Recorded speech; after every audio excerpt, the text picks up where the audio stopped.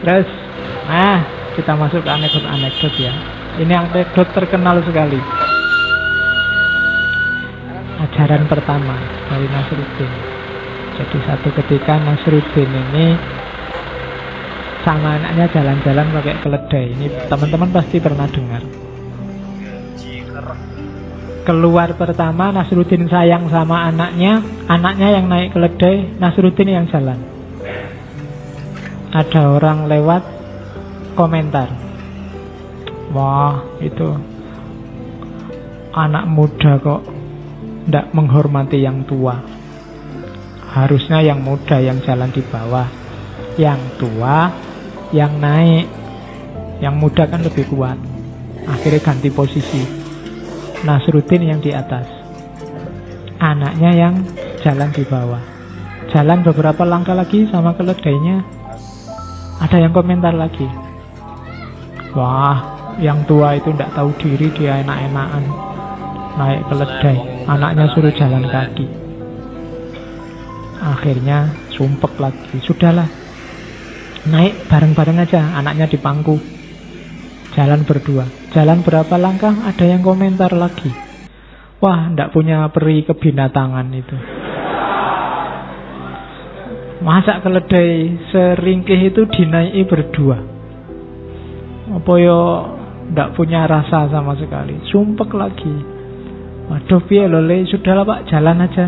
Berdua jalan, keledainya dituntun.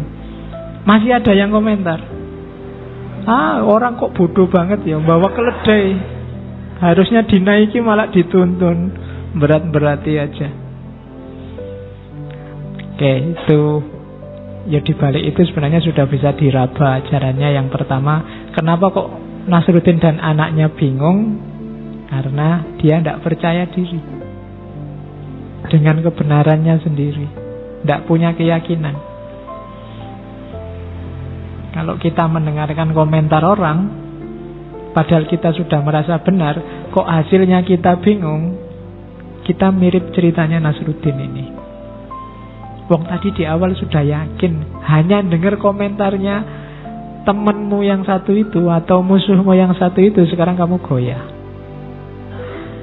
Padahal di situ ajaran utamanya apa?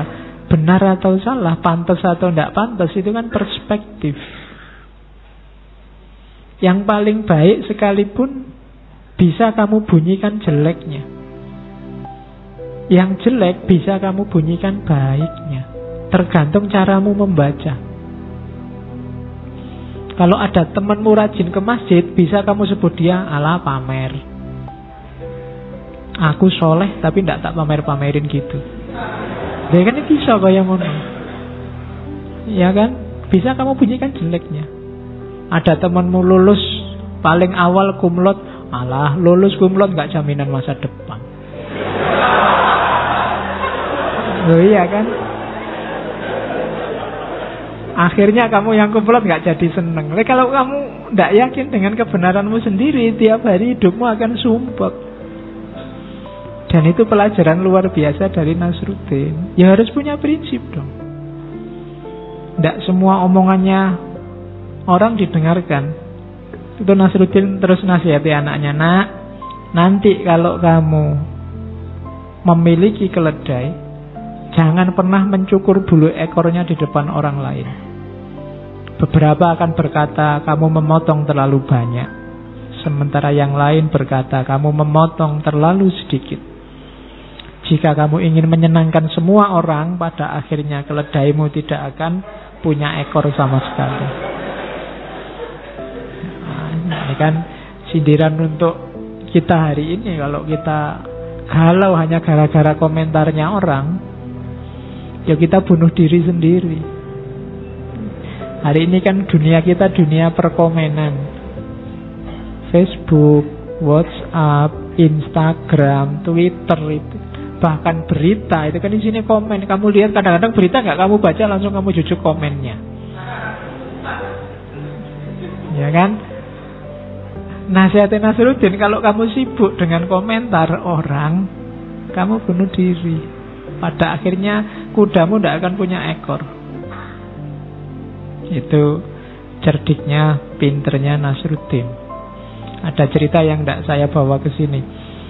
Jadi satu ketika Nasruddin ini sama Timur Leng diadu sama filosof terkenal. Pokoknya filosof ini pinter, tidak bisa kalah. Jadi Timur Leng undang Nasruddin, katanya kamu ini orang bijaksana. Ayo kalau bisa tandingi itu filosof terkenal itu. Nasruddin, oke, boleh besok ya di tengah alun-alun. Iya wis, tidak apa-apa. Jadi setelah ketemu, filosofnya pertama ngangkat satu jari telunjuk ini. Terus Nasruddin jawab 2 jari. Wah, geleng-geleng filosofi. Wah, bisa jawab. Terus diangkat 3 jari. Nasruddin jawab 4 jari. Geleng-geleng, pinter ini orang, katanya orang itu. Ya sudahlah. Terus membawa telur, ditunjukin telur. Oh, katanya Nasruddin, ya kebetulan Nasruddin bawa bawang. Orangnya juga geleng-geleng. Kok bisa jawab terus ya? Akhirnya saya nyerah raja. Pinter ini Nasruddin, aku tidak bisa. Semua yang iki ngomong apa tuh orang berdua ini? Kok cuma ngasih isyarat, sekarang yang satu nyerah. Katanya filosof itu, ini Nasruddin ini pinter. Saya ngangkat jari satu, maksudnya hanya ada satu Tuhan. Nasruddin jawab 2. Berarti dia jawab Tuhan inilah yang menguasai langit dan bumi. Pinter. Saya jawab 3. 3 ini maksudnya manusia ini hidup di 3 dunia. Sebelum lahir, saat di dunia, dan setelah mati. Nasruddin bisa jawab 4. 4 ini berarti dia tahu yang saya maksud manusia. Dan manusia itu punya 4 unsur. Yang pertama air, api, udara, dan angin. Saya putus asa. Untung saya bawa telur, tak tunjukin telur. Maksud saya telur ini menunjukkan kuningnya adalah buminya, putihnya adalah langitnya. Kok dia bisa ngasih bawang. Bawang ini simbol dari bahwa banyak lapisan-lapisannya langit seperti bawang. Wah, dia pinter berarti. Wah, semua tepuk tangan. Terus rajanya, Nasruddin, kamu kok sepinter itu? Tadi yang kamu pikir apa? Saya itu waktu dia ngasih 1 jari, itu kan ngancam saya itu. Jadi katanya Nasruddin, karena dia ngancam saya, ancam pakai 2 jari, tak culek matamu. Iya. Terus dia ngancam lagi, mau mukul saya 3 kali. Ya tak balas, tak pukul 4 kali kalau nah, katanya karena saya sudah ngancam dia mukul 4 kali, akhirnya dia nyerah, ingin bersahabat, ngasih telur. Ya tak kasih bawang.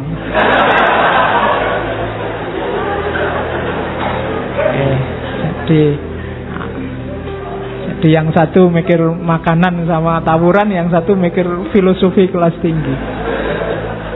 Jadi itu sindiran luar biasa bagi yang ahli filsafat. Mikirin jelimet-jelimet, ternyata maknanya ya simpel, sederhana, tidak seruat yang dibayangkan. Oke, cerita pertama. Cerita kedua, ini ceritanya Nasruddin waktu dia jadi qadhi di pengadilan. Ini banyak dipakai di cerita-cerita humor, tapi sebenarnya maknanya dalam. Jadi waktu ada kasus, Nasruddin yang jadi hakimnya. Yang pertama nuntut jaksanya. Jaksa nuntut macam-macam dengan argumennya. Terus Nasruddin melihat jaksa itu, iya, menurutku engkau benar. Terus pembelanya datang, oh tidak bisa, dia salah bla bla bla bla. Terus Nasruddin lihat yang pembela, menurutku engkau juga benar. Terus dua-duanya komplain, lah kok bisa saya benar dia benar, kan harusnya satu benar satu salah. Kau juga benar ngomong gitu. Jadi Jadi iki bener itu bener, yang menyanggah dua-duanya juga bener. Itu kan ya memang lucu, tapi dibalik itu ada rahasianya. Itu di catatan saya, konflik itu kebanyakan kalau kita jeli bukan antara benar dan salah.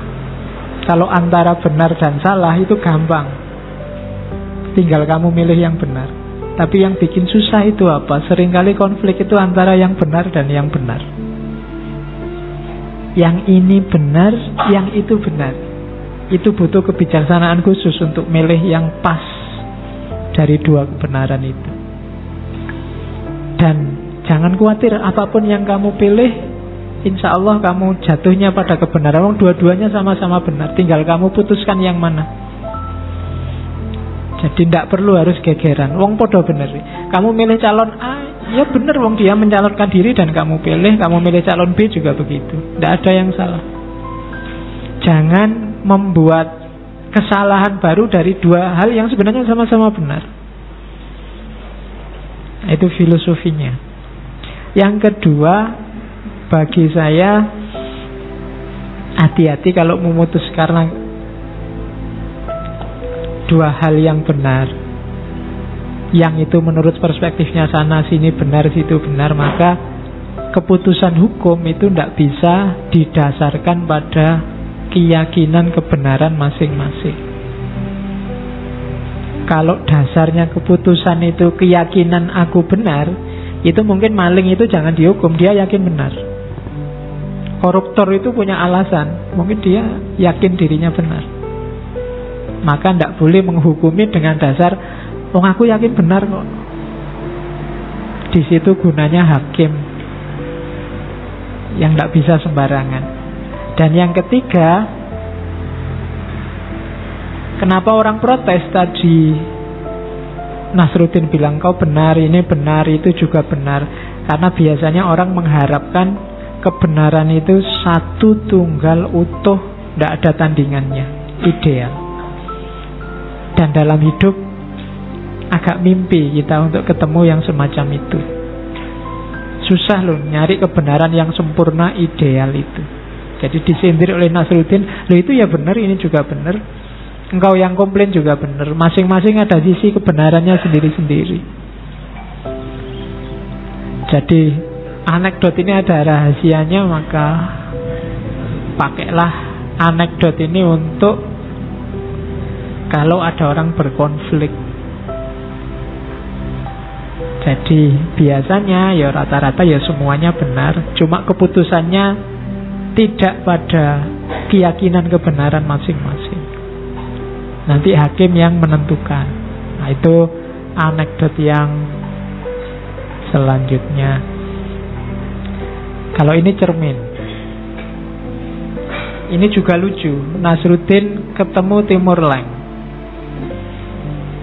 Jadi ini Timur Leng ini nguji Nasruddin. Semua orang kan bilang bahwa engkau manusia pinter, bijaksana, bisa menyingkap kegelapan. Banyak orang terpesona oleh dirimu, engkau orang yang ajaib. Terus Nasruddin berdiri sambil membusungkan dada. Saya memang begitu. Nah, Rojone ini mangkel melihat kesombongan Nasruddin, dia jadi marah. Ya wes, kalau kamu ngaku orang hebat, sekarang tunjukkan seperti apa wajahnya setan. Nasruddin terus ngambil cermin. Paduka ke sini, ada di sini loh wajahnya. Coba lihatan sendiri. Itu kan kelihatannya lucu, tapi nanti kalau raja itu datang lihat cermin, yang kelihatan wajahnya siapa? Wajahnya raja itu sendiri. Jadi cerita ini lucu, tapi di balik itu ada rahasia-rahasia juga. Kelihatannya melecehkan rajanya, tapi ada rahasianya. Yang pertama apa? Setan itu menguasai kita kalau kita marah. Maka begitu tadi rajanya marah karena kesombongan Nasruddin, setan menguasai dia. Jadi oleh Nasruddin dikasih cermin. Kalau ingin lihat setan, ngoco. Sampean yang marah itu wajahnya ada di sini, sedang dikuasai oleh setan. Kemudian yang kedua maknanya, jangan kesusu menghakimi. Jangan-jangan kita juga sama jelek. Ya Nasruddin sombongnya tadi ya bikin manggel, tapi marahnya raja juga tidak pada tempatnya. Itu rahasianya apa loh? Kamu yang marah sama orang yang jelek sama dirimu, ketika kamu marah levelmu jadi sama. Ada orang maki-maki, kemudian kamu balas dengan maki-maki karena dia maki-maki Pak, jelek itu, memang mulutnya nggak bisa dijaga. Loh, ketika kamu kayak gitu levelmu sama. Kamu sekarang sejajar dengan dirinya. Nah itu dari anekdot ini. Jadi hati-hati, jangan-jangan kita ada di level yang sama dengan orang yang kita kritik.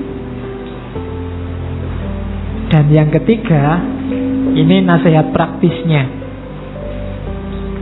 Kalau ada orang sombong, kalau ada orang marah, dan lain sejenisnya, solusinya satu. Ambillah cermin. Iya, kalau kamu lagi marah, kalau kamu lagi sombong, kalau kamu merasa sedang melakukan kejahatan-kejahatan hati, bercerminlah. Bercerminlah itu maksudnya muhasabahlah. Lihat kembali dirimu. Itu makna dalamnya. Jadi kalian kalau besok ada tugas untuk khutbah Jumat, ambil satu anekdotnya Nasruddin, terus ceramahmu pakai materi itu. Karena ternyata maknanya dalam. Kelihatannya lucu, tapi dibalik itu makna. Kalau semula kan kalian membacanya cuma lihat lucunya saja, tapi ternyata dibalik yang lucu itu maknanya dalam. Ada lagi yang saya bawa ini. Ini tentang keberuntungan. Suatu hari ada orang debat sama Nasruddin, tidak selesai-selesai, terus bilang gini, oke Nasruddin, kita ambil koin untuk menentukan siapa yang benar. Terus Nasruddin jawab, oke, kalau gambar kepala katanya Nasruddin, aku menang. Tapi kalau gambar ekor, kamu kalah. Oh itu, kalau dipikir dalam kan menang-menangan itu Nasruddin. Jadi apapun yang terjadi ya sing menang Nasruddin. Karena kalau gambar kepala Nasruddin menang, kalau gambar ekor temennya kalah. Nggak pedowai. Oke. Ya ini sindiran bahwa kalau orang cerdas itu selalu bisa punya cara untuk menang. Yang paling kelihatan itu. Cuma ada nasihat kedua, bahwa kadang-kadang dalam hidup ini apapun yang terjadi kita tidak mungkin menang. Kayak temannya Nasruddin tadi. Kenapa begitu? Karena rumusnya sejak awal sudah salah. Jadi pedoman hidup kita sudah salah, maka apapun yang kita lakukan kita tidak akan menang. Kalau bisa, berusahalah kayak Nasruddin. Nasruddin itu apapun yang dia lakukan dia mesti menang. Jadi cari jalan yang apapun yang terjadi engkau menang, meskipun kelihatannya gagal dan kalah. Cari pintu yang menunjukkan bahwa sebenarnya engkau tidak kalah, tapi engkau tetap menang. Rancang sendiri kesuksesan. Kalau harus gambling, kalau harus bertanding, terjunlah ke lapangan kalau sudah yakin menang. Apapun yang terjadi, itu rumus dari Nasruddin. Oke, ini juga ada hikmah dari Nasruddin. Jadi satu ketika ada orang meninggal, pas di situ ada pengembara, traveler, musafir yang lewat, terus ketemu Nasruddin. Karena ada rombongan jenazah, dia tanya, Pak, itu yang meninggal siapa? Nasruddin jawab, tidak tahu ya, kelihatannya yang di dalam keranda itu yang meninggal.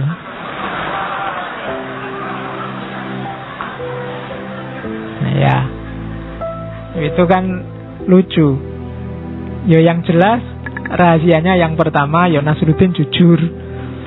Ya dia taunya itu, nggak tahu detailnya. Ada lagi yang lebih dalam sebenarnya. Apa rahasia yang lebih dalam?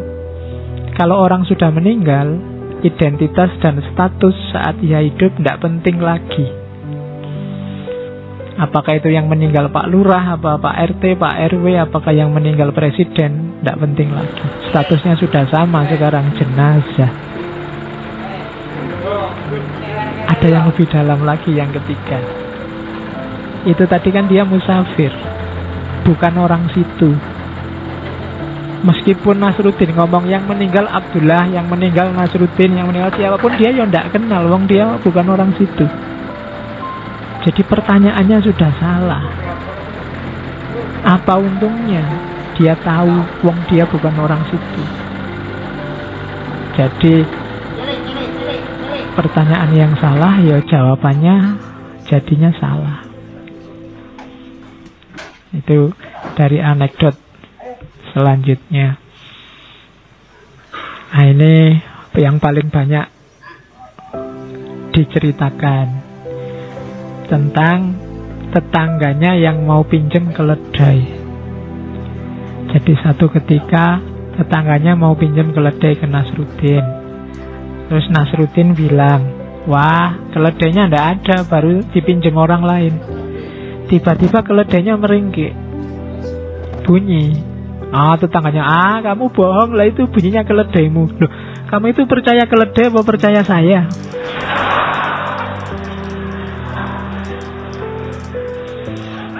Loh, aku ini kan kiaimu kan, bahasa kasarnya ngono. Aku ini kan mulahmu, kok kamu malah percaya sama keledai? Itu sindiran luar biasa tentang kebenaran. Kebenaranmu itu kebenaran kenyataan atau kebenaran hanya ikut? Loh, yang tadi keledai ngeringkik itu kan jelas kenyataan, fakta keledainya ada. Meskipun mulahnya bilang ndak ada. Tapi kebanyakan orang lebih percaya sama mullah ini. Kenapa? Karena mullahku, kiaiku. Jadi kalau sudah jelas terbang, ya itu burung dan pasti bukan kambing. Tapi kalau ustadzmu bilang ini adalah kambing, kan kamu terus biasanya melu, yo berarti yang benar adalah kambing. Padahal itu sudah jelas terbang. Dan itu yang sering terjadi hari ini. Jadi kita tertipu oleh patron-patron. Loh, untuk hal-hal yang kamu belum tahu, ya kamu boleh percaya pada otoritas. Tapi kalau kamu sendiri sudah tahu fakta kebenarannya, ya jangan ikut.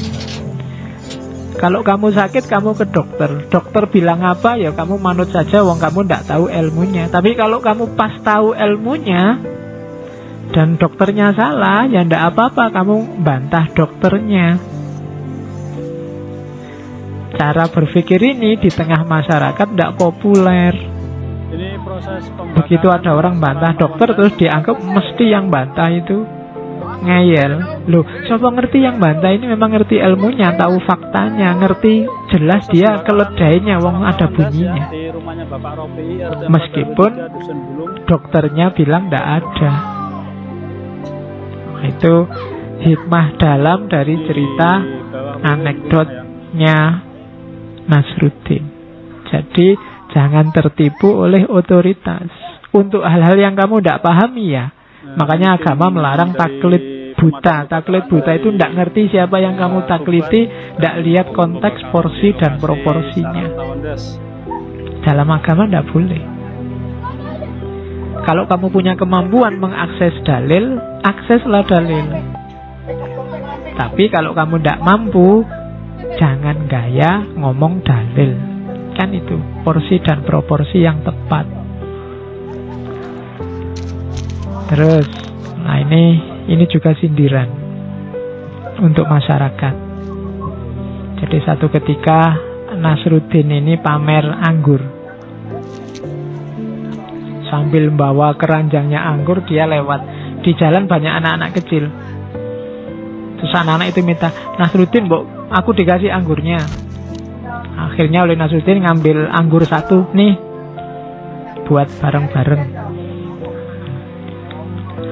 Terus anak-anaknya protes, mau ngasih kok cuma 1, mbok yo yang banyak. Alah, yang 1 itu rasanya sama saja dengan yang lain.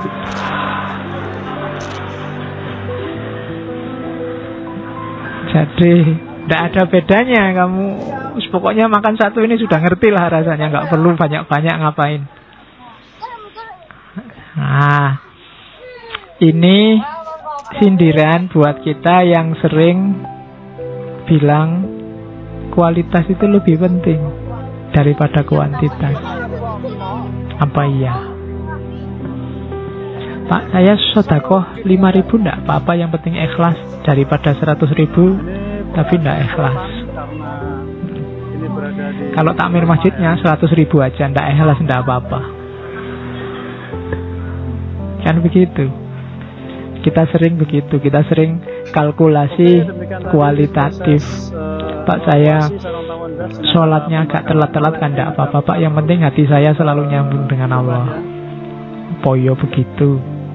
Yang kejadian kan kamu ya karena sholatnya telat, ya sholatnya kesusu-susu, yang penting beres. Enggak mungkin ada sambungannya sama Allah.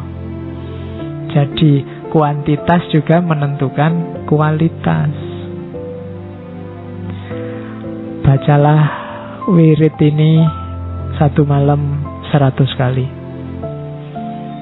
Enggak Pak, saya baca 3 kali aja, yang penting mantep Pak. Itu kualitasnya sama kayak dibaca 100. Biasanya yang kejadian ya kamu baca 3 kali, tapi ya enggak mantepnya sama kayak kamu baca 100 kali. Biasanya kamu gayanya di situ. Saya sholat sekali sudah khusyuk Pak, dibandingkan yang sholat terus-terusan ditambah sunnah-sunnah itu paling hatinya kemana-mana. Nah, padahal ya sholatmu yang sedikit itu ya biasanya kualitasnya sama saja. Nah, itu sindirannya dari ceritanya Nasruddin. Kalau Nasruddin, alah 1 aja kan rasanya sama kayak yang lain, tapi tidak ada bedanya. Jadi kuantitas tidak sama dengan kualitas, dan tidak selalu kualitas lebih penting daripada kuantitas. Istri 1 cakep atau istri 4 tapi standar-standar semua. Misalnya, loh kan ada yang nggak selalu orang bilang 1 aja yang enggak, mesti ya mending 4 Pak, menang jumlah misalnya.